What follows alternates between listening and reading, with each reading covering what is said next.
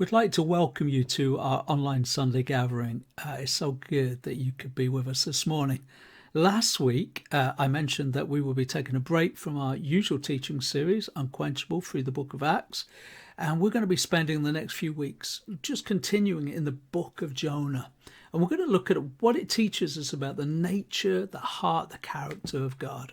And we've broken it down into 3 parts. Last week, Ali kicked us off with the God of Mission. If you've not seen it, it's really worth a visit, and Ali did a great job setting the scene for us. Today, we're absolutely thrilled that Martin is going to be speaking on the reluctant servant Jonah.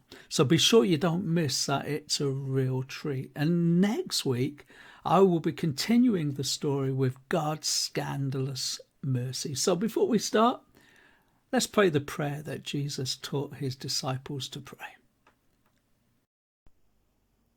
Our Father in heaven, hallowed be your name. Your kingdom come, your will be done on earth as it is in heaven. Give us today our daily bread, and forgive us our sins as we forgive those who sin against us. Lead us not into temptation, but deliver us from evil. For the kingdom, the power and the glory are yours now and forever. Amen.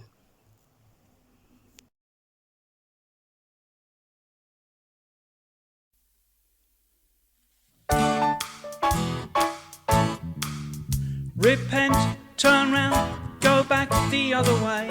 Leave behind you what is bad, you know you should. Repent, turn round, go back the other way. Swap the Father's way for yours, you know it's good. Repent, turn round, go back the other way. Leave behind you what is bad, you know you should. Repent, turn round, go back the other way. Swap the Father's way for yours, you know it's good. In the days long ago, God told Jonah, you go to Nineveh and tell them to repent. Jonah was afraid, took a ship the other way instead of going where he was sent. Repent, turn round, go back the other way. Leave behind you what is bad, you know you should. Repent, turn round, go back the other way.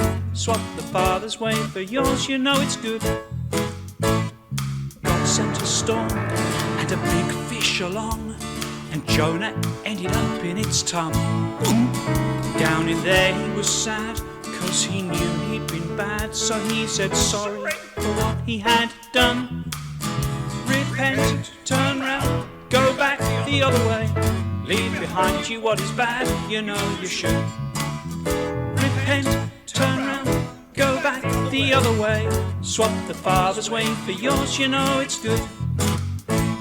The big fish hiccuped and sicked Jonah up. God said to him, you know what to do.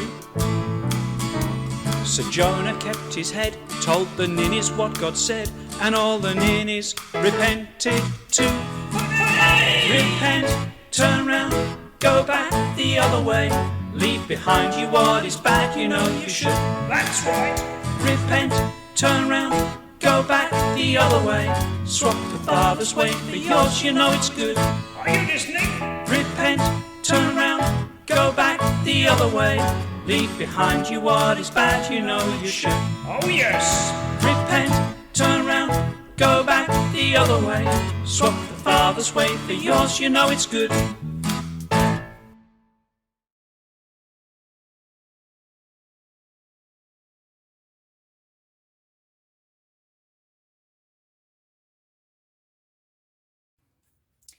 This is a great gadget, isn't it? It allows us to communicate, to gain knowledge, to speak across thousands of miles, to see a face in another country as though the person were in the next room, to text a person who can't hear so well on the phone, to offer encouragement when others are asleep, to interact and contribute to this gathering. I wonder how you feel when you're asked to contribute. Me, honestly, my heart often sinks as I struggle to think what I might be able to offer. I'm currently studying a book about leadership with some of my work colleagues. It's not a quality I identify in myself, I might add, but there are many aspects that we have had to discuss and address over the last few months. And this week we've been looking at shame and how that can permeate and affect our behaviour and how we respond to others. Many of the qualities I can't see in myself are because of how I thought, I heard and received criticism as a child. But God has constantly loved me through being able to step to the side of those thoughts and encouraged me to find the voice that he has placed within. My tendency, like Jonah, is to run away. But what good is that?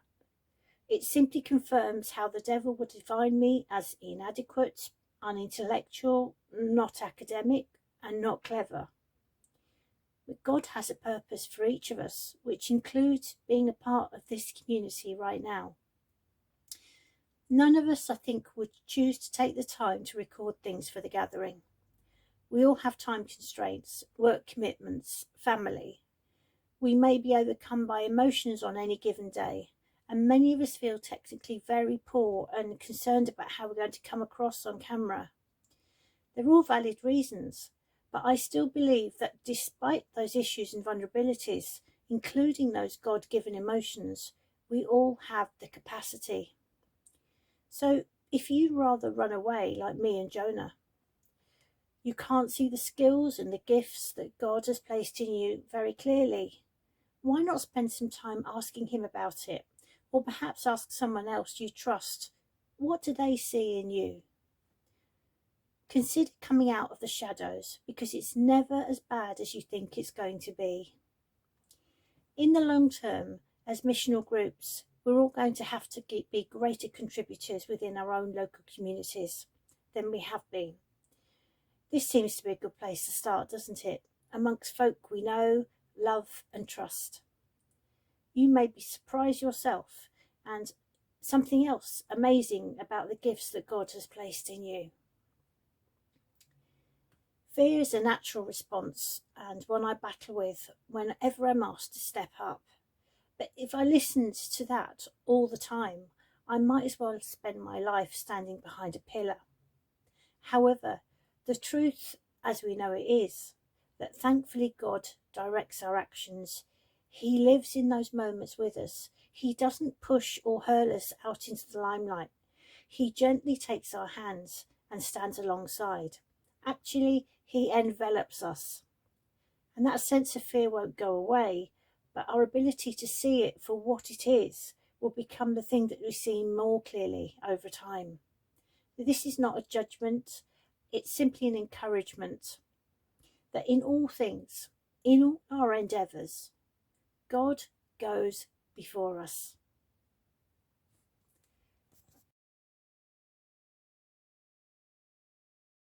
Last week we had the privilege of interviewing Daniel and Irene Burdea from Romania, and it was such a treat to be able to talk to them for the first time. But the interview went for about 20-25 minutes. Of course, we couldn't squeeze it all into one meeting, so what we've done is we've broken it up into 3 parts, and right now you're going to see part 2. So I hope you enjoy it. Bless you. How would you, on a day-to-day basis, be looking beyond just the prison work, but into your community, into your neighborhood, and kind of reaching out with the gospel? How would you be normally thinking about that and going about that? In church ministry, I get involved because it's answer of my prayers. How to do? I ask Jesus, what can I do? And says at the time we're coming back from South Korea, before to go, the answer was from John, when Jesus asked Peter if do you love me? Yeah. And that was the answer for me, because I was like Peter, I denying God and repent after. So I coming back and serve in prison. Also, I was thinking to manage the things to prevent young boys to go in the prison. to even they go to prison somehow to be a church somewhere where to receive the inmates when they coming out from the prison. And this is even we are a small church.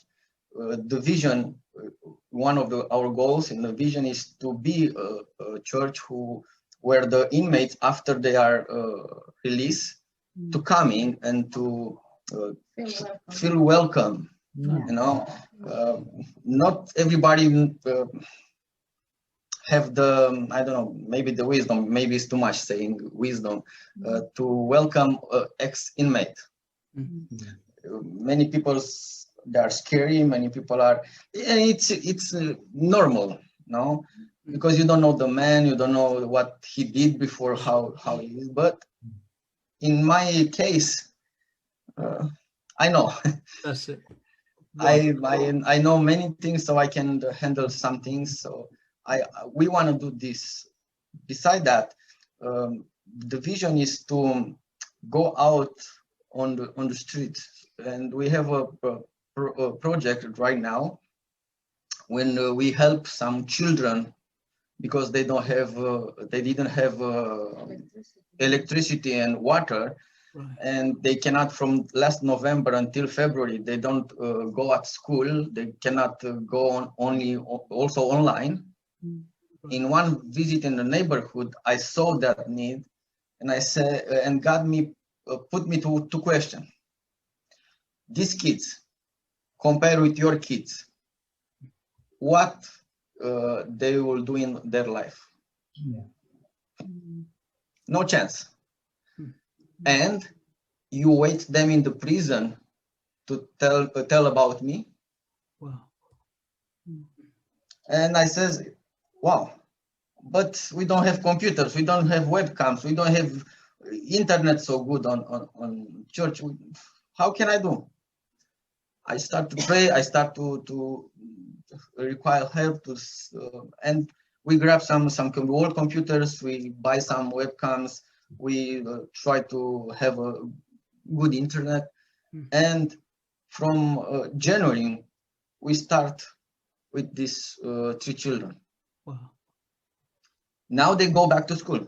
Even so, they come after they finish. They go 11:30, 12 o'clock. They come after the school, and we do after school. Wow. They eat here before was eating in the morning and something on the lunch. Now they eat on the lunch, doing some things with them, and then they go home. Also, sometimes the parents come on the church.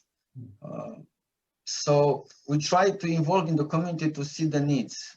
I have in the vision to go to the mayor, to the city hall, to require some family in the social department, some family to making connected by the mayor, to go and help them sometimes, maybe some food, telling to the people in the church to make some food, some grocery, and to bring maybe one time in the month to bring to them and preach the gospel, invite them to church.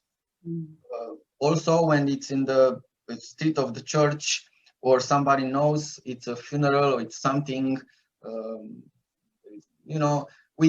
I go there. I buy some flowers, I go there. People knows about the church. I say a few words if they allowed me, and make opportunity. Make opportunities. Yes, with the teenagers, I play football with them.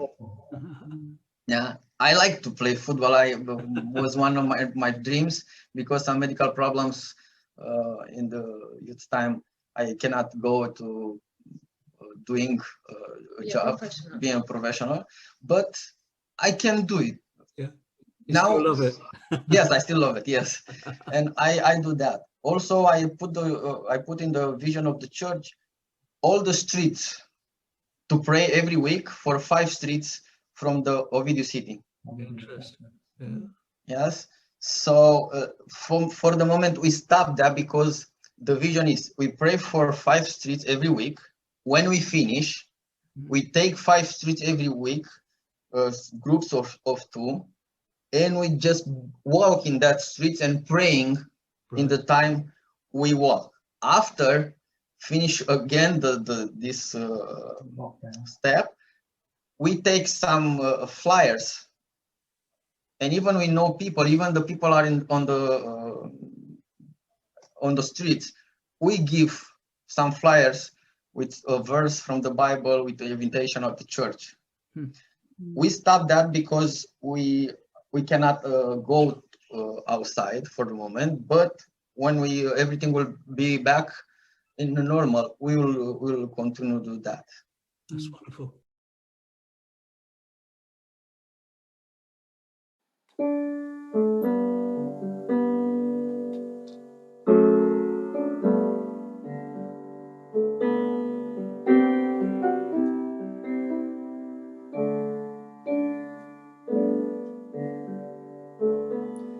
King of kings, majesty, God of heaven, living in me, gentle Savior, closest friend, strong deliverer, beginning and end. All within me falls at your throne. Your majesty, I cannot bound. I lay my own before you now. In a royal robes, I don't deserve. I live to serve your majesty.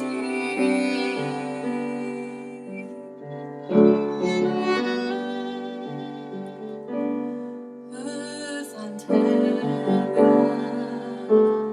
worship you. Love eternal, faithful and true. Who bore the nations, ransom souls, God is sinner near to your throne. All within me cries out in praise, your majesty. I cannot bound. I lay my own before you now. In a royal robes, I don't deserve. I live to serve your majesty. Your majesty, I cannot bound. I lay my own before you now. In the royal robes, I don't deserve. I live to serve your majesty. I live to serve your majesty.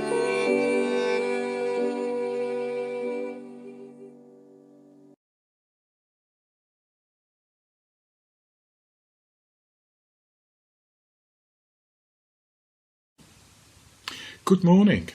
So today we're looking at Jonah Part 2, The Reluctant Servant.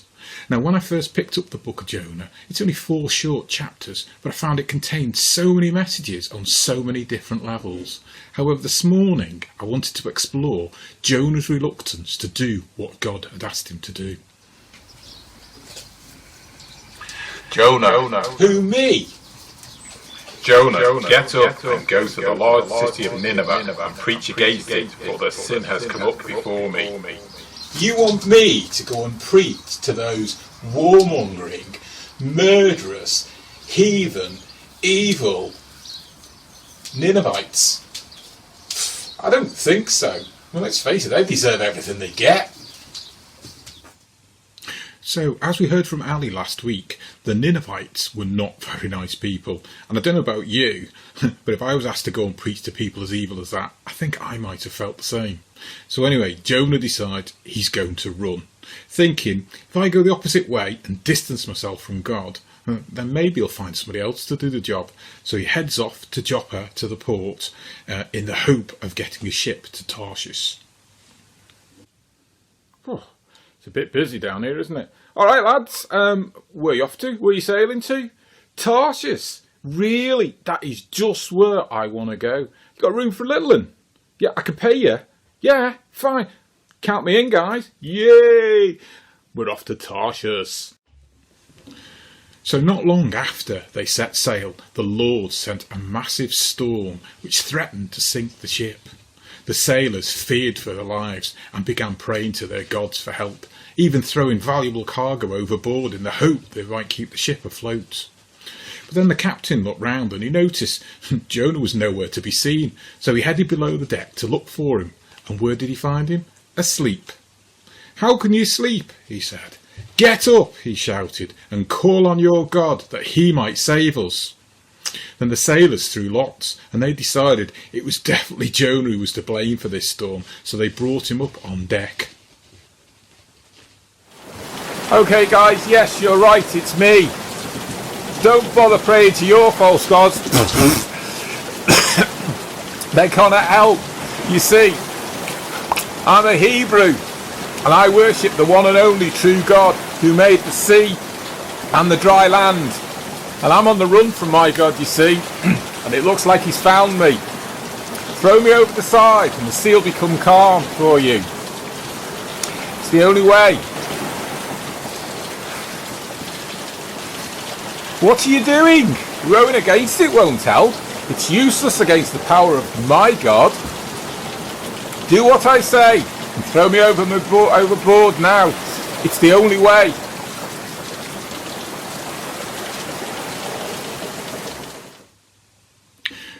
Notice the words that the captain shouted at Jonah.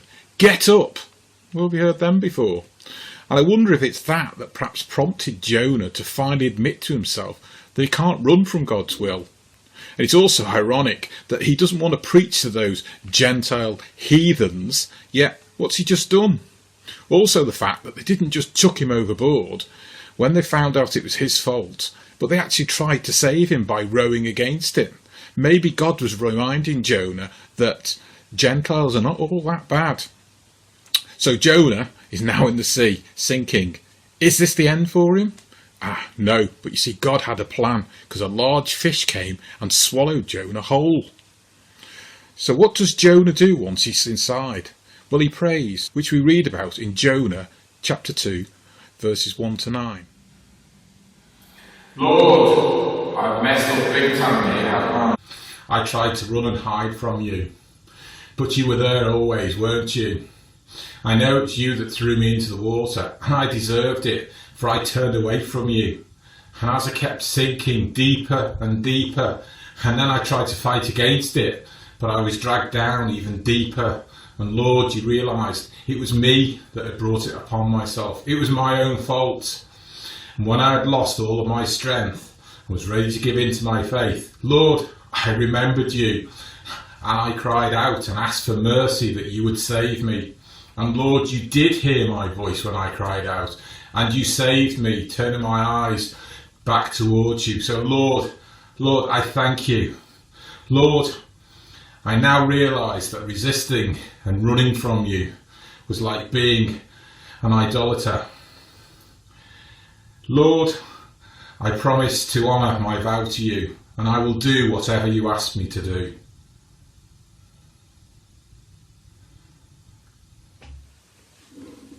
So, how often have we followed our own will and desires thinking, "I'm doing fine on my own here. and actually pushing God into the background.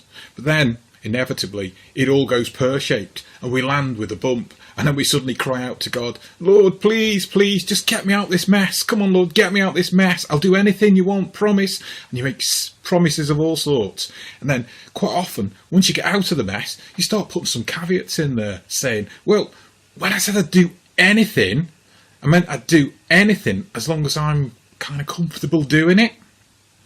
So after 3 days inside the belly of the fish, God commanded the fish to spit Jonah out onto the shore.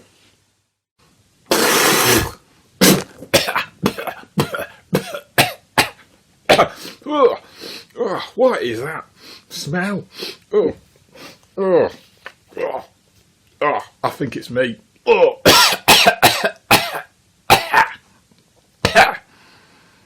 Jonah, get up, go to the great city of Nineveh and preach to it what I tell you to say. Okay, Lord, yes, I promised I will go to Nineveh and I will do what you say. So Jonah is now lying on the shore when God gives him a second chance to go and do what he asked him to do in the first place. And I wonder, was Jonah still feeling somewhat reluctant then to go and do it?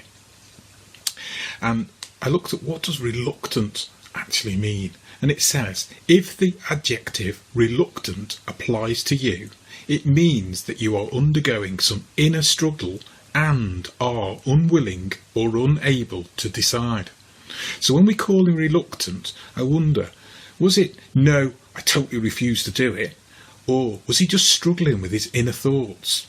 His heart was for the Lord, but his head was telling him something else. However, Jonah had made a vow, a promise, if you like, to God when he was inside the fish, and this he wouldn't break. And we read in Numbers chapter 30, verses 2.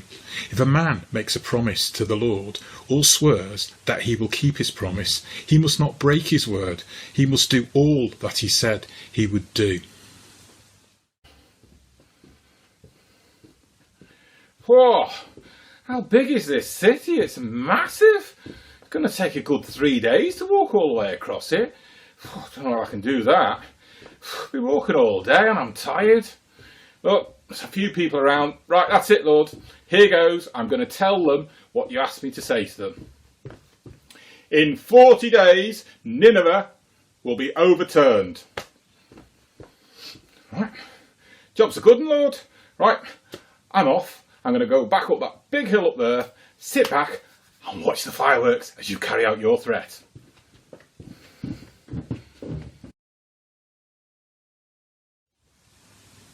So Jonah is told again, get up.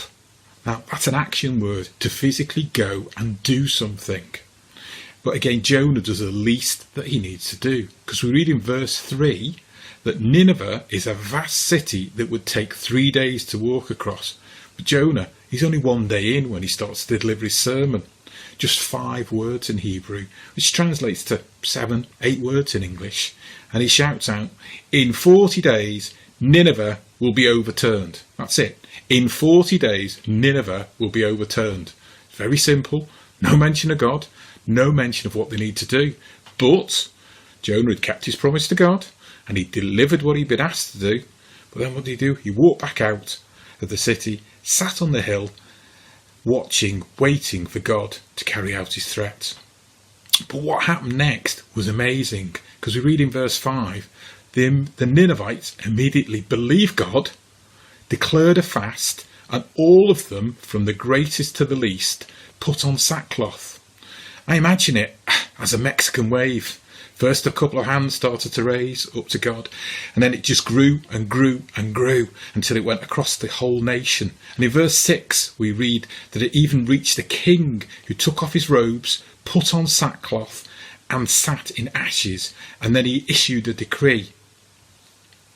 Can you imagine that happening here? Can you imagine it? 5 o'clock coming up on the BBC with a big Boris announcement, and then he'd be standing there at the desk. Wear sackcloth, fast and repent, save lives. Only everybody was already doing it. I mean, what a result. God must have been well pleased. And so must Jonah for the response for such a simple sermon. But was he? Nope. He was sat on the hill fuming. But we'll hear more about that next week in part 3. So, what does all this say to me? I've listed a few points down here that spoke out to me.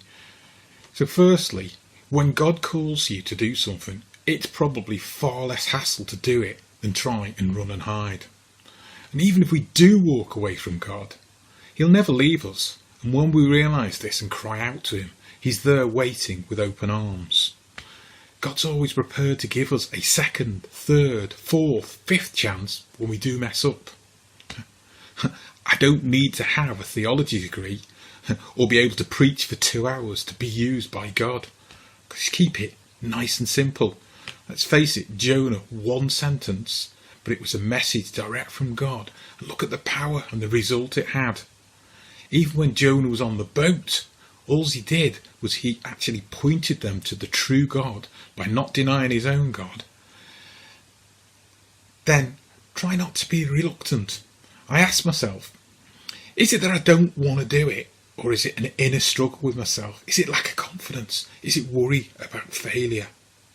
And then the final one that really hits home to me is, if someone hadn't taken the time or effort to speak to me before I was saved, where would I be now? So finally, just to wrap up, this is a personal challenge to myself. I'd like to challenge you as well. Now, our church prayer is, make us a church without walls. So let's go outside and I'll see if I can demonstrate it outside. So I wanted to use the sheep as an analogy of our relationship with God. You see, for me, I know and I recognise him, and I feel secure, safe and comfortable in his presence. I'm more than happy to walk with him each day. I'm glad that he feeds and nourishes me each day. However, when he holds out his hand and calls us to do something, are we somewhat reluctant, thinking somebody else surely is better qualified to do it than me? Or do we move towards him, confident and trusting, putting ourselves in his hands?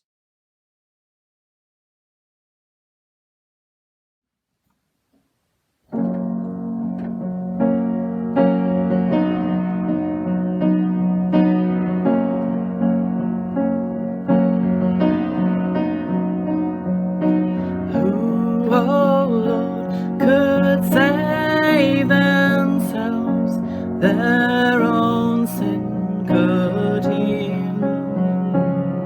Our shame was deeper than the sea, your grace is deeper still. Can you sing that again?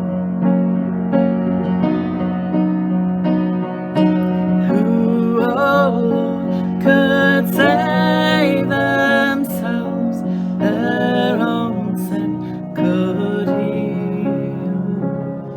Our shame was deeper than the sea, your grace is deeper still. You alone can rescue, you alone can save, you alone can lift us from the grave. You came down to find us, led us out of death.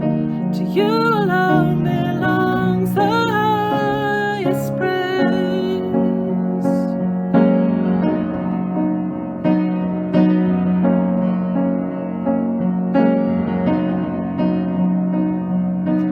You, oh Lord, have made a way, great divide you heal. For when our hearts were far away, your love goes further still. Yes, your love goes further still. You alone can rescue, you alone can save, you alone can lift us from the grave. You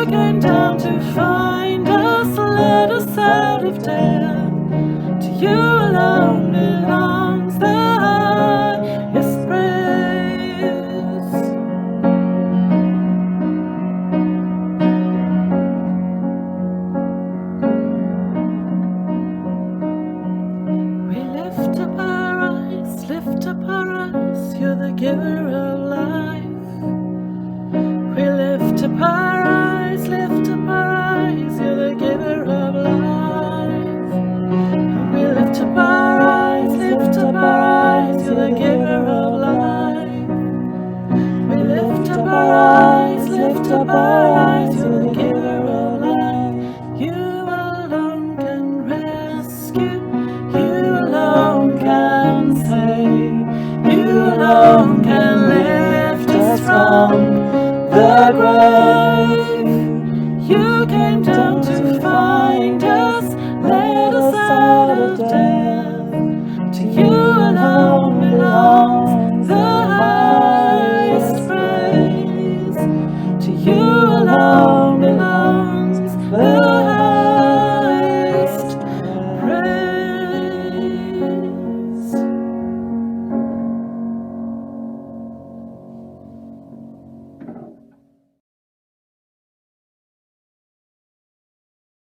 Welcome back. I told you you were in for a treat, and it really was. I want to thank everyone today who was able to share and take part in today's online gathering.